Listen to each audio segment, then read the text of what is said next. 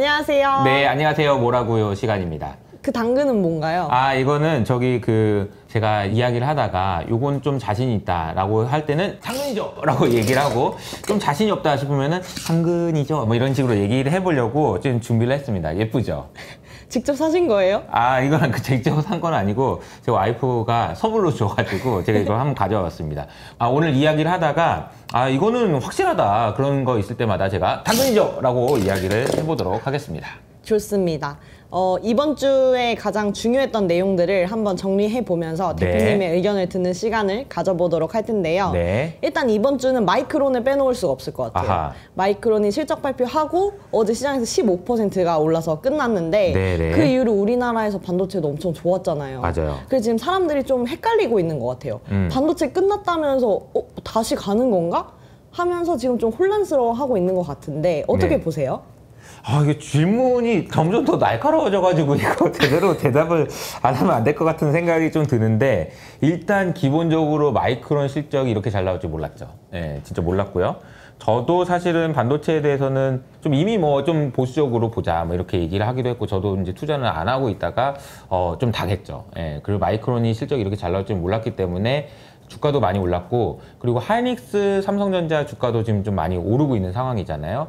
그런데 이제 큰 틀에서 보면은 반도체가 다시 주도주로 지금 당장 복귀하기는 저는 좀 아직은 좀 어렵지 않나라는 생각을 좀 하고 있습니다. 그러니까 이제 우리가 생각해야 되는 거는 생각보다 덜 안 좋다라는 것은 주가가 상승 요인이긴 하지만 진짜 진 바닥을 쳤느냐는 조금 애매할 수 있어서, 저는 반등, 트레이딩 바이, 이걸 보통 트레이딩 바이라고 그래요. 이제 바이가 아니고 샀다가 오르면 팔려고 하는 거, 이런 정도의 느낌 아닐까 기본적으로 생각하고 있어요. 그래서 근데 이제 마이크론 실적에서 저희가 주목해서 봐야 되는 거는 생각보다 AI 수요 좋아, 그거는 수요 좋아인 거잖아요. 그래서 삼성전자보다는 삼성전자 주가가 더 많이 빠졌지만 하이닉스의 주가가 훨씬 더 반등 탄력이 컸다라는 것도 참고해 보시면 좋지 않을까. 이 두 개의 차이가 있다는 점은 기억을 할 필요가 있는 것 같아요.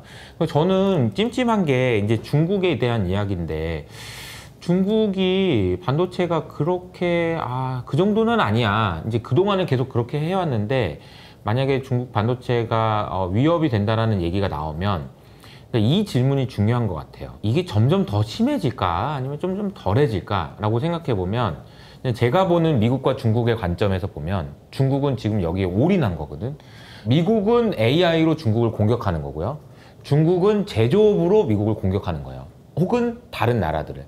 그래서 제조업의 경쟁력을 더 키우려고 하는 중국의 방향성은 바뀌지가 않거든요. 그리고 앞으로도 안 바뀔 것 같아. 근데 여기서 반도체는 예외였단 말이죠. 근데 반도체는 예외여서 AI 반도체에서 이러고 가는데, 이쪽에 막 중국이 근데 그 영향력이 앞으로 줄어들까? 그 고민은 좀 돼요. 그래서 좀 약간 지금 반등이 나온 건 너무 다행이고, 그래서 트레이딩 바이로 해서 이제 이 과정을 좀 즐길 수는 있겠으나 지금부터 반도체가 쭉 간다 이렇게 보기는 조금 애매하다라고 생각합니다.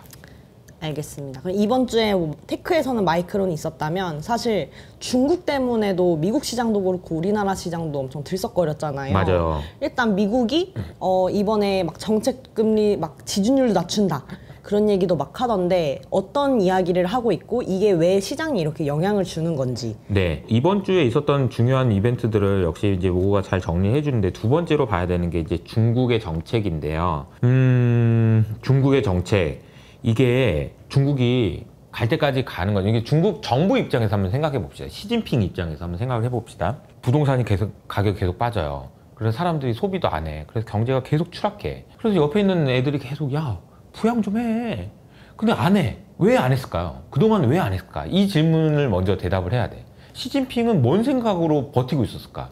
제 생각에는 더 나빠지면 하려고. 왜 더 나빠지면 해야 되냐면요, 미루다가 마지막 순간에서 정책을 싹 쏟아내고 그 정책이 안 통하면 안 되거든. 근데 그렇게 쏟아내는데 정책이 안 통한다 그러면 완전 심각해지는 거예요. 왜냐면은 잘 봐봐, 그러니까 안 좋아지는 줄 알아가지고 이제 정부가 이제 부양책을 썼어. 제대로 한번 써보겠다 하고 썼어. 근데 더 안 좋아져. 그럼 이거는 손을 쓸 수가 없어요, 그 뒤로는.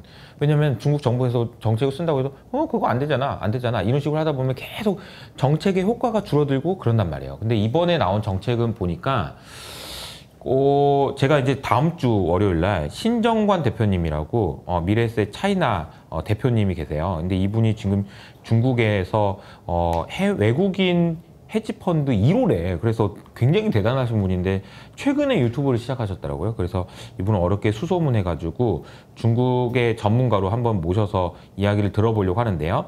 이분의 표현에 따르면 이거 세다. 아주 세다. 이런 얘기인데요. 근데 그 내용을 저도 이제 보니까 세요, 세. 세다는 게 이제 무슨 말인가? 그러니까 정책이 이기냐 아니면은 안 돼 하는 그런 쪽이 이기느냐의 싸움으로 보자고요. 그럼 정책이 이기려면 어떻게 해야 되냐면은 이렇게 해야 돼요. 공매도 세력이라고 봅시다. 중국을 공매도 하는 세력이라고 봅시다. 있는지 없는지 모르겠지만 이렇게 봅시다. 공매도 세력이면은 중국 안 돼, 망해. 그러면서 이제 공매도 계속 하는 거죠. 안 된다니까. 중국은 안 돼라고 얘기하고 계속 하는 거죠. 그런데 이거를 정책을 들어 올리기 위해서는 제일 좋은 방법은 뭐냐면은 내가 일단 정책을 하나 썼어. 그래서 야, 우리 그 중국에 있는 공기업들 있잖아. 그 주식들 그냥 자사주 매입할 거야. 돈 이만큼 쓸 거야. 라고 얘기를 했어.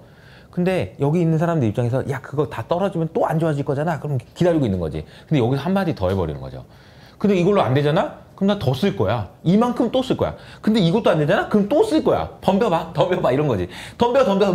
나 또 쓸 건데? 이렇게 하는 상황이라는 거죠. 그래서 이번에 나온 정책은 상당히 좀 의미가 있는 것 같아서 많은 분들이 벌써부터 이제 중국 주식 뭐 사야 된다 막 이런 얘기를 하고 계신 것 같은데 제 생각에 일단은 이제 대응을 하신다면은 중국 뭐 ETF를 통해서 대응을 하시는 것도 방법이긴 한데 이번에는 그래서 중국 정부의 정책이 어떤 식으로든 통할 가능성이 높다. 그래서 미국에 상장되어 있는 중국 주식들의 주가도 굉장히 좋은 상황이잖아요. 그래서 일단은 그런 식으로 보시는 게 필요할 것 같다라는 생각이 듭니다. 그래서 중국에 대해서 저도 굉장히 보수적으로 봤는데 이번 정책에 대해서는 좀 괜찮은 것 같다. 이런 생각을 말씀드려보도록 하겠습니다.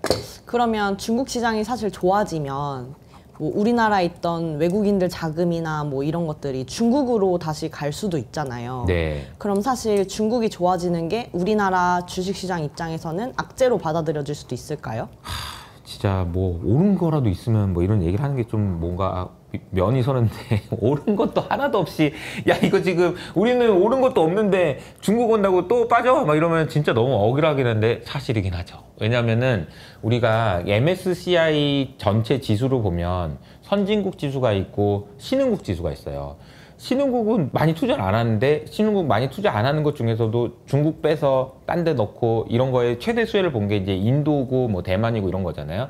우리나라도 수혜를 보지는 않았지만 뭐 피해를 보지도 않았죠. 근데 만약에 이 안에서 중국의 비중을 높여야 된다고 하면은 다른 걸 팔아야 될 거 아니에요. 그러니까 이제 수급적인 관점에서 보면은 중국이 너무 좋아지는 거는 우리나라한테 좋은 일은 아니죠. 그래서 좀 그렇습니다. 그러니까 얼마 전에 보니까 MSCI에서 인도 주식의 비중이 중국 주식의 비중을 넘어섰다는 얘기가 나오더라고요. 그런 이벤트들이 나올 정도로 지금 최근에 인도는 좋았고 중국은 안 좋았는데 이게 이제 어느 정도의 그 반대로 작용하는 효과가 나올지는 좀 체크를 해봐야 될 것 같다라는 생각입니다. 그러면 이제 우리나라 시장에서는 이번 주 24일에 밸류업 지수가 나왔어요. 네. 근데 이 밸류업 지수 가지고도 되게 설왕설래가 많더라고요. 이게 진짜 밸류업 지수가 맞냐? 이거 지수 나오면 누가 사겠냐? 그런 얘기들도 많던데 어떻게 보세요? 밸류업에 대해서는 이제 저는 이렇게 생각합니다. 우리나라 주식 시장을 살릴 수 있는 마지막 보루다. 요거 안 하면 안 된다. 사실 심지어 중국도 밸류업 한다는데. 우리도 당연히 해야 되는 거예요. 당연히 해야 되는 거고 이거 안 하면 큰일 나는 일이다라고 생각하는데 그런 관점에서 보면 어쨌든 첫 단추는 시작이 됐고요. 이거는 되냐 안 되냐가 아니라 돼야 되는 일이라고 생각하기 때문에 밸류업에 대해서는 관심을 계속 가져야 된다라고 생각합니다. 그래서 밸류업 지수에 투자하는 것은 저는 유효하다고 봐요. 이제 장기적으로 봤을 때는. 그런데 그 안에서 이제 어떤 종목을 고르느냐는 지수에 들어간다 안 들어간다라는 그런 개념보다도 그냥 톡 까놓고 얘기해서 그냥 잘하는 애들 사면 되지 않을까요? 밸류업 안 해도 밸류업 지수에 들어가네 안 들어가는데 말고 그냥 여러분 잘 아시잖아요. 그 제일 잘하는 회사 있어요. 그 회사를 밸류업 관련된 주식으로는 그 회사만 그냥 계속 가져가도 되지 않을까 그런 생각입니다. 더 잘할 애들 찾는 것도 방법이긴 한데요. 그런 방법도 있지 않을까라는 생각이 하나 들고요. 그래서 밸류업에 대해서는 관심을 가져야 된다. 그러면 이번 주에 있었던 이슈는 거의 다 정리가 된 것 같고 이제 다음 주나 뭐 다다음 주에 있을 이슈들을 좀 대비를 해보자면 다음 주에는 고용보고서가 나옵니다. 아, 또 나오네요. 네, 여기서 관전 포인트는 또 뭐가 될까요? 저는 그냥 요즘에 여러분은 어떻게 생각할지 모르겠는데 고용보고서 좀 안 나왔으면 좋겠다는 생각이 들잖아요. 아니, 그 8월 5일 이후로 사람들이 저는 되게 재밌는 게 옛날에는 이제 고용보고서가 매달 첫째 주 금요일에 나옵니다라는 얘기를 하면 그래? 뭐 잘 모르는 분위기였는데 요즘은 다 알고 계세요. 그래서 첫 번째 달, 그러니까 이제 달이 바뀌면 그 주 금요일에는 항상 긴장이 되는 거죠. 그러니까 9시 반이 되면 고용지표 실업률 얼마나 나왔는지 체크를 해야 되는 거고 그런 상황이 되지 않을까 싶습니다. 이번에 고용지표가 어떻게 나올까요? 이제 4.3 그리고 4.2 이런 식으로 나왔잖아요. 이번에는 어떻게 나올까? 근데 이제 지금 최근에 주간 실업수당 청구 건수를 보면은 좀 실업률이 낮아지지 않을까라는 기대를 좀 하고 있는데 어떻게 나올지는 좀 지켜봐야 될 것 같고 또 긴장은 하겠죠. 근데 지난번에 고용지표가 나오기 전에는 제가 좀 조심해야 될 것 같다고 말씀을 드렸었잖아요. 근데 저는 이번에는 그래도 그냥 한번 가보는 것도 방법이지 않을까. 이미 지금 S&P는 신고가 구간이고요. 그리고 나스닥은 지금 신고가에서 내려왔다가 바닥 한번 찍고 바닥 찍었는데 이 바닥보다 위에 있는 바닥 찍고 지금 올라오는 중이에요. 얼마 안 남았어요. 이거 뚫을까 안 뚫을까 하는 거 질문에 대해서 저희가 매운맛 텔레그램 채널에서 설문조사를 했는데 조사 결과 한 70% 정도는 이번에 간다 이런 분위기가 많더라고요. 갈지 안 갈지 모르겠지만 한번 저는 뭐 줄이지 않고 한번 가보는 것도 방법이지 않을까 이번에는 그렇게 생각합니다. 그러니까 지난번에는 한번 줄이고 그 뒤로 올랐으니까 이제 맞춘 건데 이번에는 한번 가보자 라는 것에 대해서는 제가 이제 자신감은 한 요 정도 느낌? 아주 큰 자신감 요 정도 느낌이라고 보시면 되겠습니다. 그리고 10월 10일에는 테슬라의 로보택시 행사가 있는데요. 또 밀리진 않겠죠?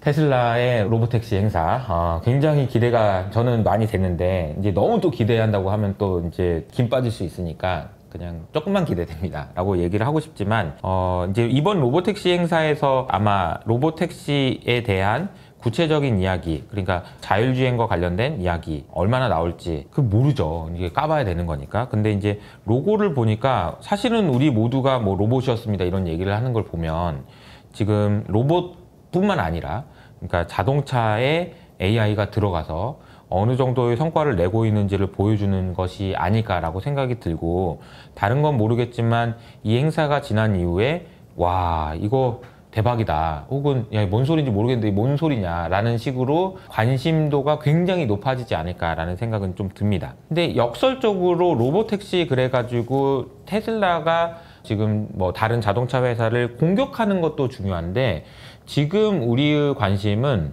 어떻게 보면은 테슬라가 어떻게 비용을 낮추느냐도 관심인 것 같아요. 왜냐하면 지금 중국의 자동차 회사들의 파상 공격이 지금 시작되고 있잖아요. 그래서 폭스바겐 이런 데들은 지금 깨갱하고 있는 거잖아요. 그래서 제가 생각할 때는 이번에 테슬라에서 주목해 봐야 되는 중요한 특징 중에 하나는 어떻게 코스트를 낮출 것이냐, 어떻게 더 저가형 제품을 만드는데 이제 언박스드 프로세스라고 하죠. 그러니까 과거에는 자동차를 만들 때 이렇게 만들었어요.